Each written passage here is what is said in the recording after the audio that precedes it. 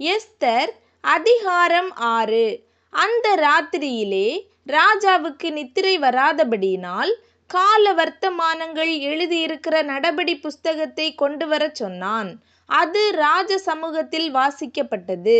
அப்பொழுது வாசற் காவலாளரில் ராஜாவின் 2 பிரதானிகளாகிய பிக்தானாவும் தேரேசும் ராஜாவாகிய அகாஸ்வேருவின் மேல் கை போட பார்த்த செய்தியை மொர்தெகாய் அறிவித்தான் என்று எழுதியிருக்கிறது வாசிக்கப்பட்டது. அப்பொழுது ராஜா, இதற்காக மொர்தெகாய்க்கு கனமும் மேன்மையும் செய்யப்பட்டதா என்று கேட்டான். அதற்கு ராஜாவை சேவிக்கிற ஊழியக்காரர், அவனுக்கு ஒன்றும் செய்யப்படவில்லை என்று சொன்னார்கள். ஆமான் தான் செய்த தூக்கு மரத்திலே மொர்தெகாயை தூக்கி போட வேண்டுமென்று ராஜாவிடத்தில் பேசும்படி ராஜ அரமனையின் வெளி முற்றத்திலே வந்திருந்தான். அப்பொழுது ராஜா, முற்றத்தில் இருக்கிறது யார் என்று கேட்டான். ராஜாவின் ஊழியக்காரர் அவனை நோக்கி, இதோ ஆமான் முற்றத்திலே நிற்கிறான் என்றார்கள். ராஜா, அவன் உள்ளே வரட்டும் என்றான். ஆமான் உள்ளே வந்தபோது ராஜா அவனை நோக்கி, ராஜா கனம் பண்ண விரும்புகிற மனுஷனுக்கு என்ன செய்யப்பட வேண்டும் என்று கேட்டான். அதற்கு ஆமான், என்னை அன்றி யாரை ராஜா கனம் பண்ண விரும்புவார் என்று தன் மனதிலே நினைத்து ராஜாவை நோக்கி, ராஜா கனம் பண்ண விரும்புகிற மனுஷனுக்கு செய்ய வேண்டியது என்னவென்றால், ராஜா உடுத்திக் கொள்ளுகிற ராஜ வஸ்திரமும் ராஜா ஏறுகிற குதிரையும் அவர் சிரசிலே தரிக்கப்படும் ராஜ முடியும் கொண்டு வரப்பட வேண்டும்.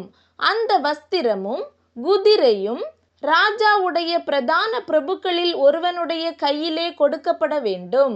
ராஜா கனம் பண்ண விரும்புகிற மனுஷனை அலங்கரித்த பின் அவனை குதிரையின் மேல் ஏற்றி நகர வீதியில் உலாவும்படி செய்து, ராஜா கனம் பண்ண விரும்புகிற மனுஷனுக்கு இப்படியே செய்யப்படும் என்று அவனுக்கு முன்பாக கூறப்பட வேண்டும் என்றான். அப்பொழுது ராஜா ஆமானை நோக்கி, சீக்கிரமாய் நீ சொன்னபடி வஸ்திரத்தையும் குதிரையையும் கொண்டு போய் ராஜ அரமனையின் வாசலில் உட்கார்ந்திருக்கிற யூதனாகிய மொர்தெகாய்க்கு அந்த பிரகாரம் செய். நீ சொன்ன எல்லாவற்றிலும் ஒன்றும் தவறாதபடி பார் என்றான்.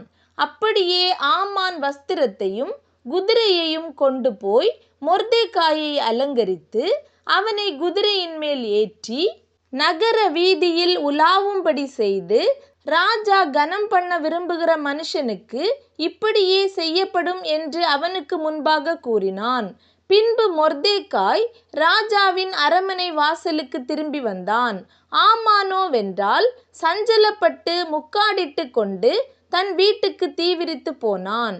ஆமான் தனக்கு நேரிட்ட எல்லாவற்றையும் தன் மனைவியாகிய சிரேஷுக்கும் தன் சிநேகிதர் எல்லாருக்கும் அறிவித்த போது, அவனுடைய ஆலோசனைக்காரரும் அவன் மனைவியாகிய சிரேஷும் அவனை பார்த்து, மொர்தெகாய்க்கு முன்பாக நீர் தாழ்ந்து போக தொடங்கினீர்.